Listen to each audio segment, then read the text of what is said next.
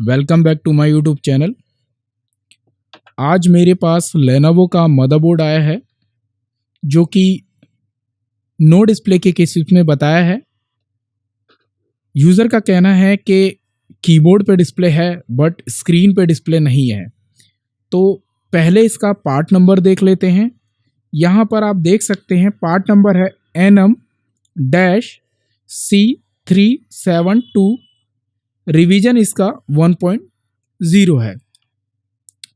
तो पहले है इसका जो एक्चुअल का स्टेटस है वो चेक कर लेते हैं। जैसा कि हमें बताया गया है कि माउस पे डिस्प्ले आ रहा है लेकिन स्क्रीन पे नहीं आ रहा है। हम दोनों ही कंडीशन में चेक करेंगे और अगर स्क्रीन पे डिस्प्ले नहीं आता है तो किस तरीके से आपको इसको रिजॉल्व करना पड़ता है, किस तरीके से आप इस केस को रिपेयर कर सकते हैं। इस तरह के जो केसेस आते हैं तो चलिए मैं अपनी डीसी कनेक्ट कर लेता हूं और डीसी के बाद पहले माउस पे लगा के देखते हैं, फिर हम स्क्रीन कनेक्ट करके देखेंगे। डीसी मैंने कनेक्ट कर ली है और यहाँ पे रैम भी हम इंसर्ट कर लेते हैं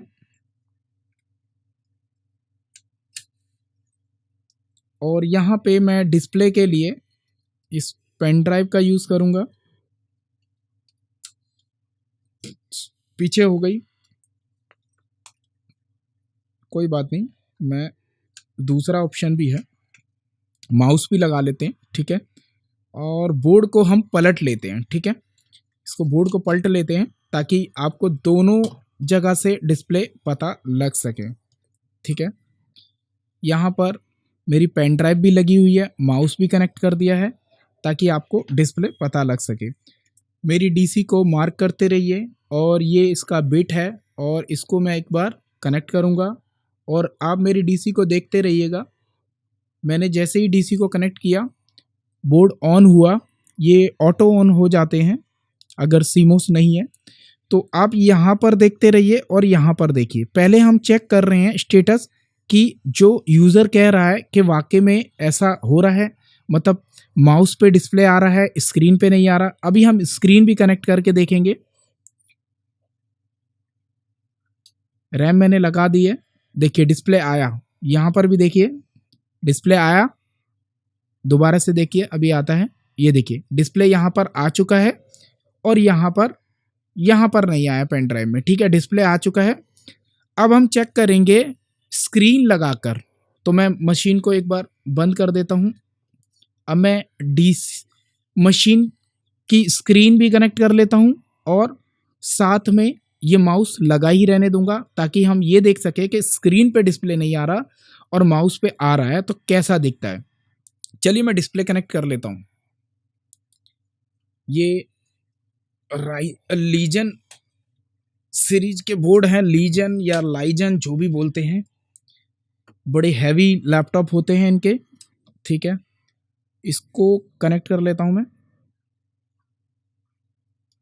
ठीक है। यहाँ कनेक्ट हो गया है और माउस को मैं वैसे ही लगा रहने देता हूं ताकि और आपको दिखने में आसानी रहे। थोड़ा सा मुझे लेना पड़ेगा स्क्रीन को भी, ठीक, ऐसे शायद आ जाए। थोड़ा सा देखते हैं, हल्का सा कॉर्नर पे आप देखिएगा। मैं बोर्ड को थोड़ा सा और इधर करूंगा ताकि आपको नज़र आ सके, ठीक है। क्योंकि अगर डिस्प्ले नहीं आ रहा है तो कैसा दिखता है। और थोड़ा सा मैं, हाँ यहाँ पे, अब इससे क्या होगा कि यहाँ कॉर्नर पे डिस्प्ले आपको नज़र आएगा अगर डिस्प्ले आएगा तो, ठीक है। चलिए अब यहाँ पे मैं क्या करता हूँ, थोड़ा सा बोर्ड को ऑन करता हूँ। ये कनेक्ट करता हूँ मैं और यहाँ पर मेरा कनेक्ट कर दिया है। डिस्प्ले केबल मैंने कनेक्ट कर रखी है, आपको नज़र आ रहा होगा। थोड़ा सा सेटअप शायद छोटा पड़ गया है, पर ये अगर नहीं होता तो शायद ये खुलने में थोड़ा दिक्कत कर रहा है। यहाँ पर देखिएगा डिस्प्ले यहाँ पर नहीं आ रहा है। माउस में देखते हैं,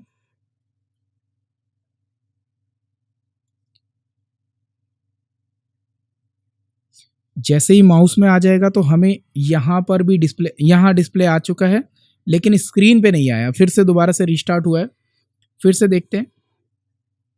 ये देखिए यहाँ पर स्क्रीन पे कुछ नहीं आ रहा है। मैं एक बार डीसी को डिस्कनेक्ट कर देता हूँ। इस तरह के जब आपके पास केस कभी आते हैं या आए हैं या आता है, तो आप किस तरीके से रिजॉल्व कर सकते हैं। इसके लिए आपको लेना होगा किसको, L EDP signals. EDP signals को चेक करना पड़ेगा। ईडीपी सिग्नल की सभी रिक्वायरमेंटें चेक करनी पड़ेंगी। कौन कौन सी रिक्वायरमेंट चेक करनी होती है, चलिए चलते हैं हमारे स्कीमेटिक की तरफ और देखते हैं क्या हमारी ईडीपी की सभी रिक्वायरमेंट पूरी हैं। पहले आपको सप्लाई रिक्वायरमेंट, फिर आपको डेटा रिक्वायरमेंट। अगर फॉल्ट हमारा सप्लाई से है तो सप्लाई से हमारा रिजॉल्व हो जाएगा। अगर इससे बात नहीं बनेगी तो फिर हम देखेंगे नेक्स्ट स्टेप। तो चलते हैं हमारे इस डेस्कटॉप की तरफ और देखते हैं इसकी ईडीपी सिग्नल्स की कुछ सप्लाईयां। यहाँ पे मैं अगर आपको दिखाऊं, ये जो स्कीमेटिक है वो मैच नहीं करता है, मतलब बोर्ड व्यू अलग है और स्कीमेटिक अलग है। देखिए कैसे, यहाँ पे ले लेते हैं इसको। जब मैं सर्च कर रहा था तो यहाँ पे स्कीमेटिक में ये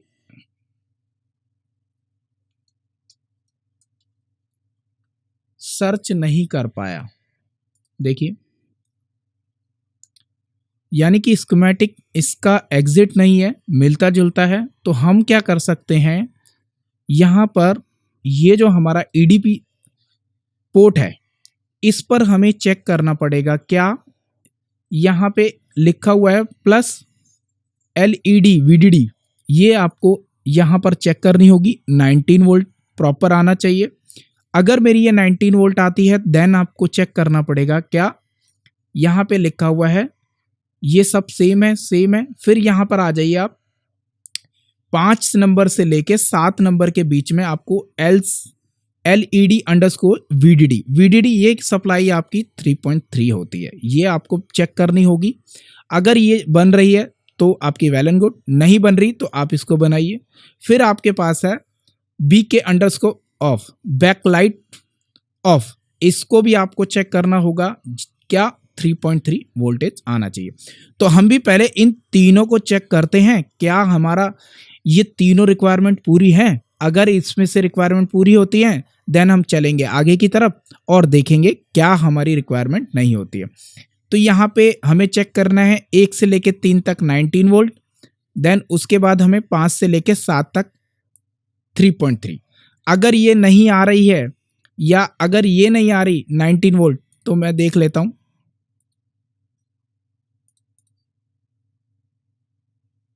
ये एक फ्यूज लगा है, यहाँ पे ये फ्यूज हो सकता है खराब हो, ठीक है। अगर ये मुझे चेक करना होगा, अगर ये नहीं आ रही है, अगर ये प्रॉपर है तो दूसरी सप्लाई हमारी जो हमने चेक करी, ये इसका बर्थ प्लेस देखेंगे। ये आपको एक आईसी है जो कि क्या है, यहाँ पर नॉर्मली हर बोर्ड में लगभग रहती है ये आईसी। इसका काम क्या है, देखिए 5 नंबर पे आपको 3.3 VS आती है और यही VS आपको यहाँ पे ट्रांसफर हो जाती है।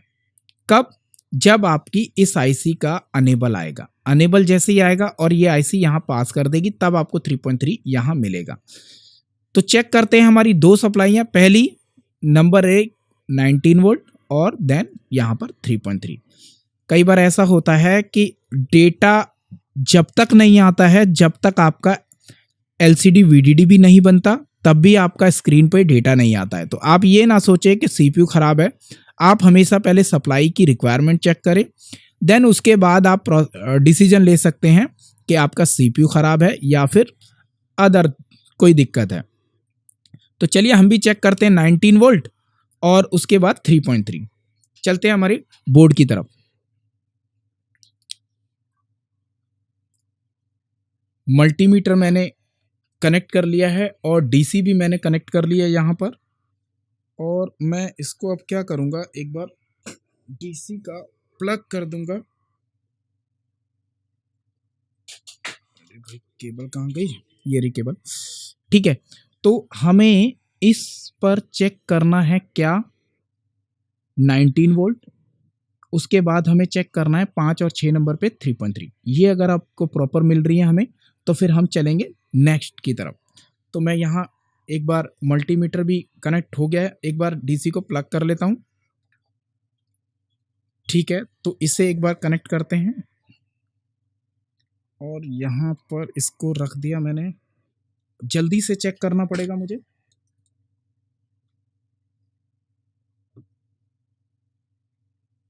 ठीक है, यहाँ पर हमने कहा था कि 19 वोल्ट हमें मिलना चाहिए, 20 वोल्ट मिल रहा है, मतलब ठीक है। देन सेकंड हमारी सप्लाई होती है क्या, 3.3, 5 नंबर 6 नंबर पे।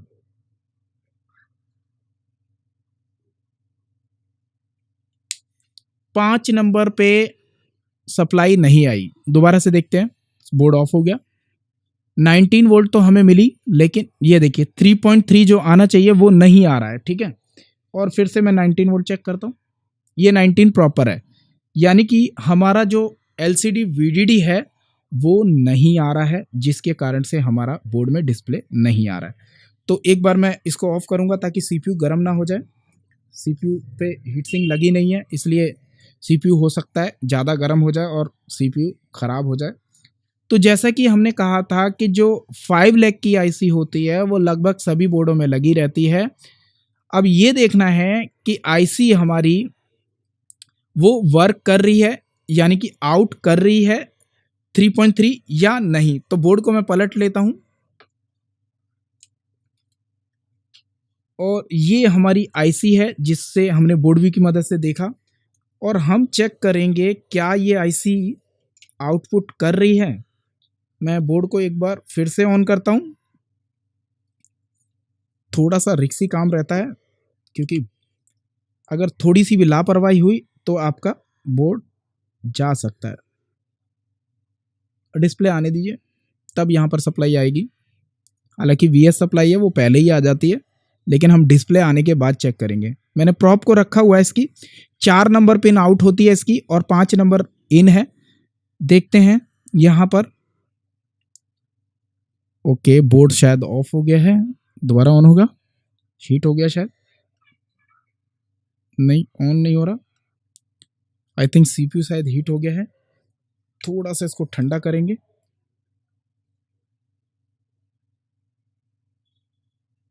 ठीक है, बोर्ड मेरा ऑन हो गया है और यहाँ पर देखते हैं लाइट, माउस में देखिए लाइट आई है या नहीं, अभी नहीं आई है। ठीक है, और मेरे मल्टीमीटर को भी मार्क करते रहिएगा कि यहाँ पर देखिए ऑफ हो गया, रीस्टार्ट हुआ है।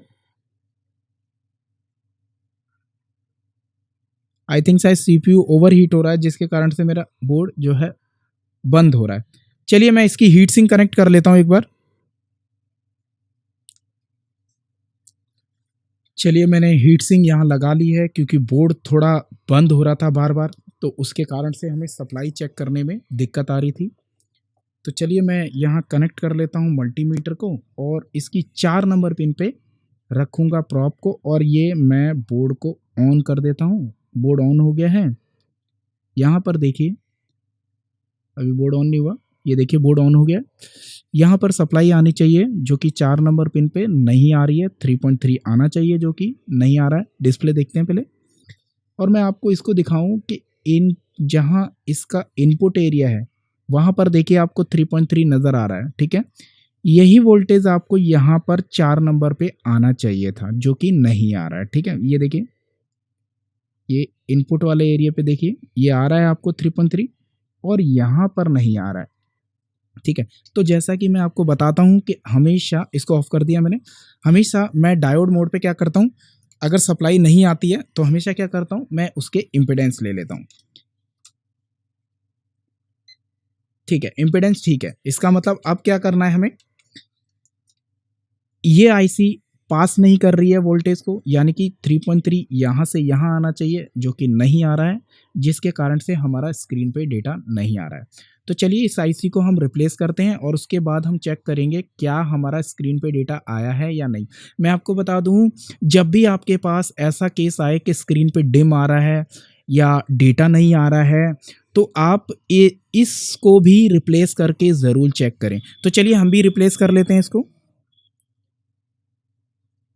मेरे पास इसका सेम मदरबोर्ड है और मैं इसको ले लूँगा और इस आईसी को रिप्लेस कर दूँगा। हालाँकि आप इस आईसी की जगह पे इसका बाईपास भी कर सकते हैं, यानी कि इस आईसी को हटा सकते हैं और आमने-सामने जंपर कर सकते हैं, यानी कि 4 नंबर और 5 नंबर को आप जंपर कर सकते हैं इस आईसी के, ठीक है।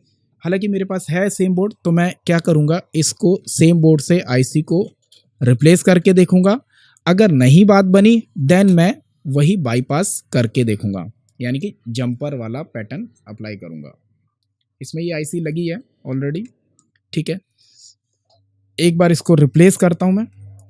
अच्छा, एक चीज़ याद रखिएगा, जब भी आप बोर्ड बनाएं तो कोशिश करें कि सेम बोर्ड अगर आपके पास मिल जाए तो ज़्यादा अच्छा है। यहाँ पर थोड़ा केबल मेरी जलने का डर लग रहा है मुझे, तो थोड़ा सा ऐसे उठा के इसको मैं लगा दूंगा।